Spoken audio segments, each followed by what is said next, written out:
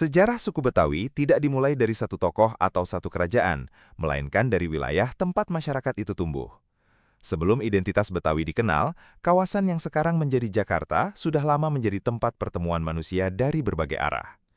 Wilayah ini sejak masa awal dihuni oleh penduduk lokal yang termasuk bagian dari masyarakat pesisir barat Pulau Jawa.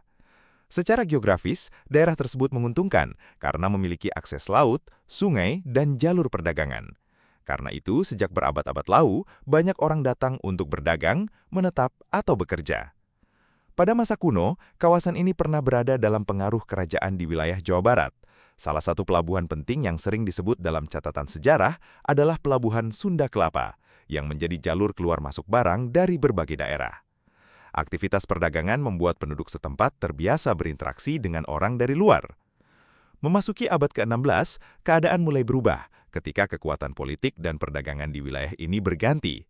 Setelah perubahan kekuasaan dan berkembangnya kota Batavia pada masa kolonial, wilayah tersebut semakin ramai didatangi penduduk dari berbagai tempat. Pada tahap ini, masyarakat yang tinggal di sekitar Batavia belum disebut sebagai suku Betawi. Mereka masih terdiri dari kelompok-kelompok yang berbeda berdasarkan asal daerah, pekerjaan, bahasa, dan lingkungan tempat tinggal. Ada penduduk lokal, ada pendatang dari Nusantara, dan ada pula orang dari luar Asia Tenggara yang kemudian menetap. Keadaan inilah yang menjadi dasar penting lahirnya masyarakat Betawi di masa berikutnya. Jadi, akar sejarah Betawi bukan berasal dari satu garis keturunan tunggal, tetapi dari sebuah wilayah yang sejak lama menjadi tempat bertemunya banyak budaya dan banyak manusia. Perkembangan Batavia menjadi pusat perdagangan dan pemerintahan membuat wilayah ini menarik banyak pendatang. Inilah tahap penting yang kemudian menjadi dasar lahirnya masyarakat Betawi. Sejak abad ke-17, penduduk Batavia semakin beragam. Orang datang dari berbagai daerah di Nusantara, seperti Jawa, Sunda, Bali, Sulawesi, Maluku, dan Sumatera. Selain itu, ada juga pendatang dari luar, seperti Arab, India, Tiongkok, serta kelompok dari wilayah lain yang dibawa melalui jaringan perdagangan dan perpindahan penduduk pada masa kolonial. Penduduk yang datang tidak selalu tinggal terpisah. Banyak yang hidup berdampingan, menikah, bekerja, dan membentuk lingkungan baru. Interaksi sehari-hari membuat bahasa, makanan, pakaian, dan kebiasaan mulai saling memengaruhi. Di masa itu, Batavia menjadi kota yang sangat majemuk. Identitas asal masih ada, tetapi perlahan muncul generasi baru yang lahir dan tumbuh di wilayah tersebut. Mereka tidak lagi sepenuhnya mengikuti budaya leluhur masing-masing, melainkan membentuk kebiasaan yang berbeda dan lebih khas Batavia. Bahasa yang dipakai sehari-hari juga mulai berubah. Campuran unsur Melayu sebagai bahasa pergaulan dengan pengaruh bahasa lain menciptakan bentuk komunikasi yang kemudian berkembang menjadi bahasa Betawi. Begitu pula dengan kesenian, tradisi keluarga, dan pola hidup masyarakatnya. Proses ini berlangsung bertahap selama waktu yang panjang, bukan terjadi dalam satu peristiwa.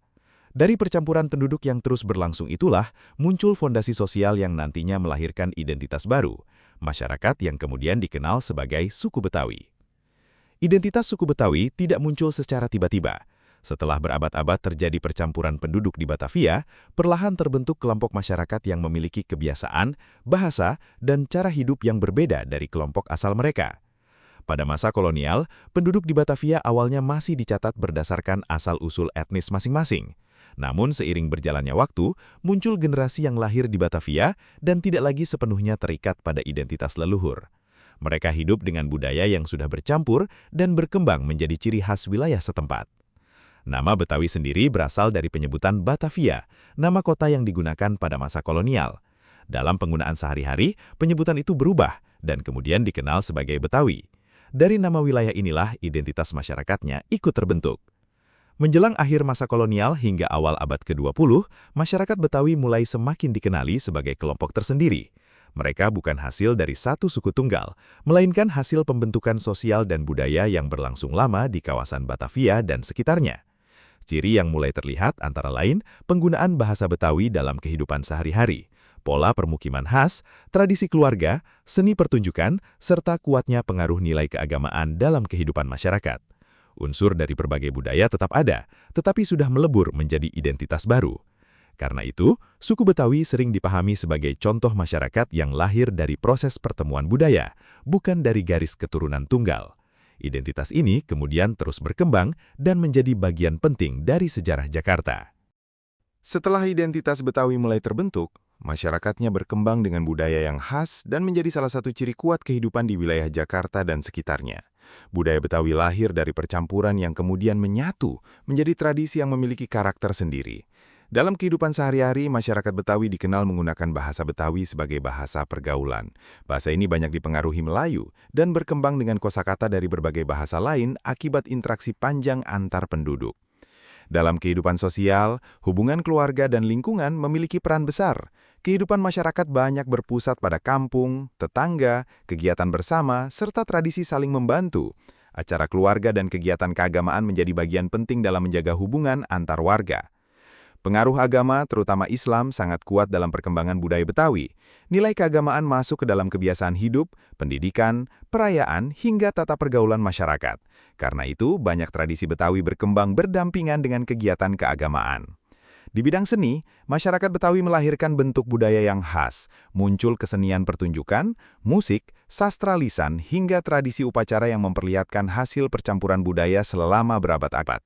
Begitu juga dengan pakaian, makanan, dan bentuk rumah yang berkembang mengikuti kondisi wilayah perkotaan dan pesisir. Budaya Betawi juga dikenal cukup terbuka terhadap pengaruh luar, tanpa kehilangan ciri utamanya. Kemampuan menyesuaikan diri inilah yang membuat identitas Betawi tetap bertahan meskipun wilayah tempat mereka hidup terus mengalami perubahan.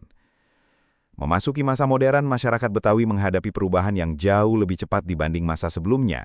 Perubahan ini terutama terjadi karena perkembangan kota Jakarta yang tumbuh menjadi pusat pemerintahan, ekonomi, dan tujuan perpindahan penduduk dari berbagai daerah. Sejak pertengahan abad ke-20, pembangunan kota menyebabkan banyak kawasan yang sebelumnya menjadi permukiman masyarakat Betawi berubah menjadi wilayah perkotaan yang lebih padat. Sebagian masyarakat tetap bertahan di tempat asal, sementara sebagian lain berpindah ke wilayah pinggiran dan daerah penyangga. Perubahan ini tidak hanya mempengaruhi tempat tinggal, tetapi juga pola hidup. Mata pencaharian mulai bergeser dari pertanian, kebun dan pekerjaan tradisional menuju sektor perdagangan, jasa, pendidikan, dan pekerjaan perkotaan lainnya. Di sisi lain, masuknya budaya modern dan arus penduduk yang terus bertambah membuat sebagian tradisi lama mulai berkurang dalam kehidupan sehari-hari. Bahasa Betawi di beberapa lingkungan mengalami perubahan, begitu juga dengan bentuk rumah, cara berpakaian, dan pola pergaulan. Namun perubahan tersebut tidak berarti identitas Betawi hilang. Banyak unsur budaya tetap bertahan melalui keluarga, kegiatan masyarakat, seni, kuliner, dan berbagai acara budaya yang terus dijaga dari generasi ke generasi. Pada masa ini muncul kesadaran yang lebih kuat untuk mendokumentasikan dan melestarikan budaya Betawi, agar tetap dikenal meskipun lingkungan sosial di sekitarnya terus berubah. Dari sinilah muncul upaya menjaga identitas Betawi sebagai bagian penting dari sejarah dan perkembangan Jakarta. Pada masa kini, suku Betawi tetap menjadi bagian penting dari identitas Jakarta, meskipun kota tempat mereka berkembang telah berubah menjadi salah satu wilayah metropolitan terbesar di Asia Tenggara. Masyarakat Betawi tidak hanya hidup di pusat kota, tetapi juga tersebar di berbagai daerah sekitar Jakarta. Perubahan zaman membuat budaya Betawi ikut menyesuaikan diri. Sebagian tradisi mengalami perubahan bentuk, tetapi banyak unsur utama tetap dipertahankan. Bahasa, nilai kekeluargaan, kegiatan keagamaan, kesenian, dan kebiasaan sosial masih menjadi bagian dari kehidupan masyarakat Betawi hingga sekarang. Warisan budaya Betawi terlihat dalam berbagai bentuk kehidupan sehari-hari, kuliner, seni pertunjukan, tradisi perayaan, pakaian adat, dan cara bertutur tetap menjadi simbol yang mudah dikenali. Di sisi lain, generasi muda juga mulai memperkenalkan budaya Betawi melalui media modern agar tetap dikenal oleh masyarakat yang lebih luas. Pelestarian budaya dilakukan melalui kegiatan masyarakat, pendidikan, dokumentasi sejarah, dan berbagai ruang budaya yang menjaga agar identitas Betawi tidak hilang di tengah perkembangan kota. Upaya ini penting karena sejarah Betawi bukan hanya sejarah satu kelompok masyarakat, tetapi juga gambaran bagaimana pertemuan banyak budaya dapat membentuk identitas baru. Jika dilihat secara keseluruhan, sejarah suku Betawi menunjukkan bahwa identitas tidak selalu lahir dari satu asal yang sama. Betawi tumbuh dari proses panjang pertemuan manusia, percampuran budaya, dan perubahan zaman, hingga akhirnya menjadi salah satu warisan budaya yang paling dikenal di Indonesia.